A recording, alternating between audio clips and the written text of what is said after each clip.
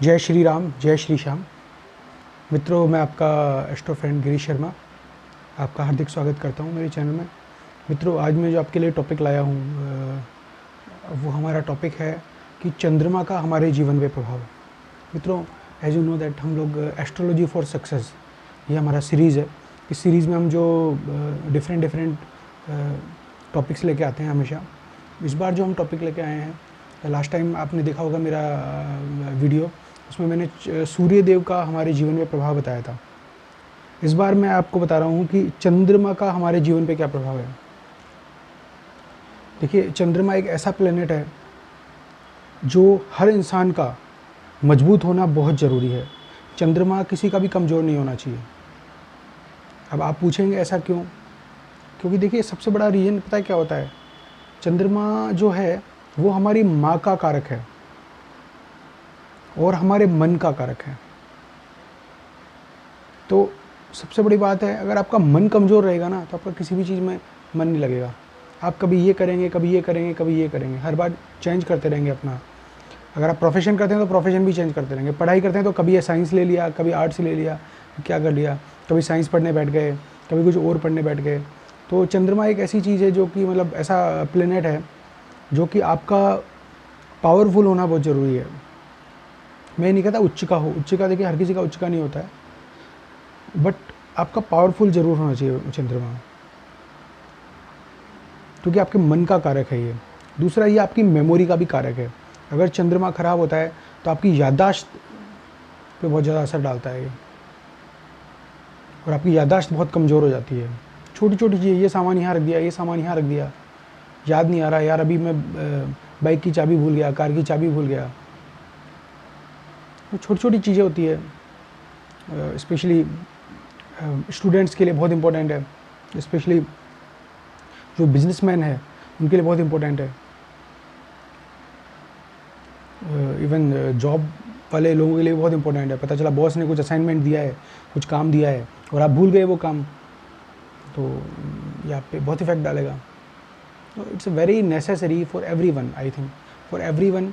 देखिए, दो प्लेनेट तो मैं हमेशा कहता हूँ, सूर्य और चंद्रमा, ये तो हर किसी के पावरफुल होने ही चाहिए। अच्छा, दूसरा सिम्टम मैं आपको बताता हूँ कि चंद्रमा अगर आपका कमज़ोर होता है तो आपको क्या होता है। चंद्रमा कमज़ोर अगर होता है, उस बंदे को डर बहुत लगता है। छोटी छोटी बातों में उसको डर लगता है। वो अकेला नहीं रह सकता रात को घर में। इवन बहुत ज़्यादा कमज़ोर होता है तो दिन में भी नहीं रह सकता। ऐसे लोग जल्दी डिप्रेशन में भी आ जाते हैं, होता है, उनका चंद्रमा कमज़ोर होता है, ऐसे लोग डिप्रेशन में आ जाते हैं। चंद्रमा पानी का भी कारक है, चंद्रमा दूध का भी कारक है, चंद्रमा पानी का भी कारक है। चंद्रमा जो है वो अगर आपका कमज़ोर है, आपका गलत घर में बैठा है, या उस पर मेलेफिक प्लेनेट की दृष्टि है, तो सबसे बड़ा नुकसान जो होगा ना, पहले तो आपकी मदर को नुकसान पहुंचाएगा वो मेलेफिक प्लेनेट, क्योंकि आपका चंद्रमा आपका मदर है, उनको नुकसान पहुंचाएगा। आपके फाइनेंस को बहुत ज़बरदस्त नुकसान पहुंचाएगा। कहते हैं जिनका चंद्रमा खराब होता है उनका पैसा पानी की तरह बहता है, पानी की तरह। या तो आपको पैसा देगा नहीं, या तो अर्निंग देगा नहीं, और अगर अर्निंग आ भी रही है तो वो इतनी स्पीड से खर्चा आपका होगा कि आप सोच नहीं पाएंगे। इसलिए चंद्रमा को पावरफुल करना बहुत इम्पोर्टेंट है। अच्छा, अब मैं आपको कुछ ऐसे उपाय बताता हूँ चंद्रमा के, जो कि हर कोई कर सकता है। देखिए, वैसे तो अपनी हर पर्सन की कुंडली जो होती है, उस कुंडली के हिसाब से एनालिसिस करना पड़ता है और उसका उपाय बताना पड़ता है। बट फिर भी मैं आपको कुछ ऐसे उपाय बता रहा हूँ जो कि आप नॉर्मली सभी कोई कर सकते हो और अपने चंद्रमा को पावरफुल बना सकते हो। पहला उपाय क्या है? पहला उपाय ये है कि आप सुबह उठ के अपने माता के पैर छुएं। तो अगर माता और पिता के अगर आप पैर छूते हैं सुबह उठ के, तो आपके सूर्य चंद्रमा दोनों ही धीरे धीरे पावरफुल होना शुरू हो जाते हैं। देखिए, एक दिन में कभी कुछ नहीं होता है, धीरे धीरे आप करते हो तो लॉन्ग टर्म के अंदर इनके इफेक्ट्स आने शुरू होते हैं। फिर भगवान शंकर की पूजा करिए आप सोमवार के दिन, उनको कच्चे दूध से उनका अभिषेक कीजिए। चांदी के गिलास, अगर चांदी का गिलास मिल जाए तो बहुत अच्छा, नहीं तो नॉर्मल गिलास में ले जाके कच्चे दूध से उनका अभिषेक कीजिए, आप पानी से अभिषेक कीजिए। इसके अलावा भगवान भोलेनाथ के दर पे सर झुकाइए, उनसे आशीर्वाद लीजिए, उनसे रिक्वेस्ट कीजिए, प्रार्थना कीजिए।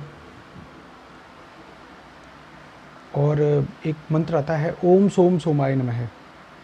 ये मंत्र आप रुद्राक्ष की माला से सोमवार के दिन आपको करना है ये मंत्र। देखिए, मंत्र जो होता है ना, ये सबसे पावरफुल होता है।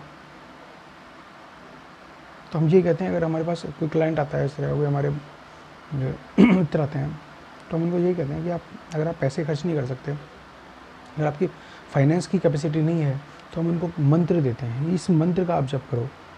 तो मंत्र होता है ओम सोम सोमाय नमः। इस मंत्र का सोमवार को आपको जप करना है। सुबह उठ के चंद्रदेव का नाम लेके, भोलेनाथ का नाम लेके, उनको नमन करके एक दीपक जला के उसके सामने बैठ जाएं और ओम सोम सोमाय नमः की एक माला आप जप करें। ये आपको शुक्ल पक्ष के सोमवार से स्टार्ट करना है और इसको कंटिन्यू करते रहना है for long term. Long term मतलब हम ये मानते हैं कम से कम जो मंत्र है वो आपको एक लंबे पीरियड तक करना है। और स्पेशली अगर आपकी महादशा चल रही है चंद्रमा की और फिर चंद्रमा कमज़ोर है, तब तो ये बहुत कंपलसरी है और बहुत अच्छे रिजल्ट देते हैं ये। आप बिलीव कीजिए, बहुत अच्छे रिजल्ट मिलते हैं इनके। अच्छा, इसके अलावा एक और उपाय आपको बताता हूँ जो कि बहुत ही सिंपल है। वो क्या है आपको कि आपको सोमवार के दिन या पूर्णिमा के दिन विष्णु भगवान के मंदिर में दर्शन करने जाना है आपको। इससे आपके धन में बरकत मिलेगी। आपका जो पैसा पानी की तरह है, जो पैसा क्षय हो रहा है, पैसा लॉस हो रहा है पानी की तरह, बह रहा है पानी की तरह, उसमें आपको बरकत मिलेगी। तो अपनी नियर बाई ऐसा कोई मंदिर देख सकते हैं। देखिए, भोलेनाथ के मंदिर, शंकर भगवान के मंदिर सभी जगह हैं, विष्णु भगवान के मंदिर भी सभी जगह हैं। तो आप ऐसा कोई भी मंदिर देख सकते हैं, ऐसा कोई भी जगह देख सकते हैं। देखिए, कुछ लोग ये कहते हैं कि चंद्रमा हमारे मन का कारक है। इसका प्रमाण बताइए कि चंद्रमा से। तो मैं आपको एक चीज़ बताऊँ आपने समुद्र देखा है? समुद्र में जो ज्वार आता है ना, पूर्णिमा के दिन उनकी लहरें कितनी तेज़ हो जाती है, बाहर तक लहरें आती है पूर्णिमा के दिन। वहीं अगर आप नॉर्मल डेज़ में देखो तो धीरे धीरे उनकी लहरें पीछे की ओर चली जाती है, क्योंकि चंद्रमा की जो विकिरणें हैं वो ज्वार को पैदा करती है। तो आप खुद सोचिए, जब चंद्रमा प्लेनेट इतनी दूर बैठे हुए हैं चंद्रदेव, और वहाँ से वो अपना प्रभाव डाल के पानी को अपनी ओर खींच सकते हैं, तो क्या अपना बॉडी तो आई थिंक मोर देन 70% पानी से बना है। मोर देन 70% हमारी बॉडी में पानी है। तो क्या हमारे मन को, हमारे उस जल को ऊपर की तरफ नहीं खींच पाएंगे? वो नहीं खींच सकते। आप खुद बताइए मेरे को इस चीज़ को। और आपको अगर इस कंफर्म करना हो इस पर, तो कभी पूर्णिमा के दिन और अमावस्या के दिन आपका नीयरेस्ट जो पागलखाना है ना, वहाँ जाके देखिए आप। वहाँ पे आप ये पाएंगे कि वहाँ इन 2 दिनों में बहुत टाइट सिक्योरिटी हो जाती है, क्योंकि ये आपके मन को विचलित करता है। तो पेशेंट तो ऑलरेडी मेंटली डिस्टर्ब है, उसको अगर ऐसा समय के अंदर उसमें और ज़्यादा उसका मन विचलित होता है और वो कोशिश करता है वहाँ से भागने की, या किसी भी तरह से, मतलब मे बी वायलेंस हो सकता है, कुछ भी हो सकता है आई थिंक, क्योंकि मेंटली बंदा डिस्टर्ब हो जाता है बहुत ज़्यादा चंद्रमा के कारण। तो देखिए, वैसे मोती रत्न है चंद्रमा का, बहुत अच्छा रत्न है, बट मैं रत्न देखिए रिकमेंड नहीं करता। बिना कुंडली देखे किसी को भी रत्न रिकमेंड नहीं करता, क्योंकि काफ़ी सारी चीज़ें देखने की होती है। उसके बाद ही ये पता लगता है कि इस बंदे को हमें रत्न पहनाना चाहिए या नहीं पहनाना चाहिए। डेफिनेटली अगर रत्न आपका ओरिजिनल है, आपका लैब टेस्टेड रत्न है, और आप उसको सही विधि विधान से धारण करते हैं, बहुत अच्छे रिजल्ट मिलते हैं आपको, उसमें कोई शक नहीं है। ठीक है, आप मुझे आज्ञा दीजिए। अगर आपकी कोई प्रॉब्लम्स है, कोई परेशानी है, तो आपका एस्ट्रो फ्रेंड गिरीश शर्मा आपके लिए हमेशा हाजिर है। आप कमेंट्स पे मुझे बताइए अपनी प्रॉब्लम्स और उनको हम सॉल्यूशन देंगे डेफिनेटली। जय श्री श्याम, जय श्री राम।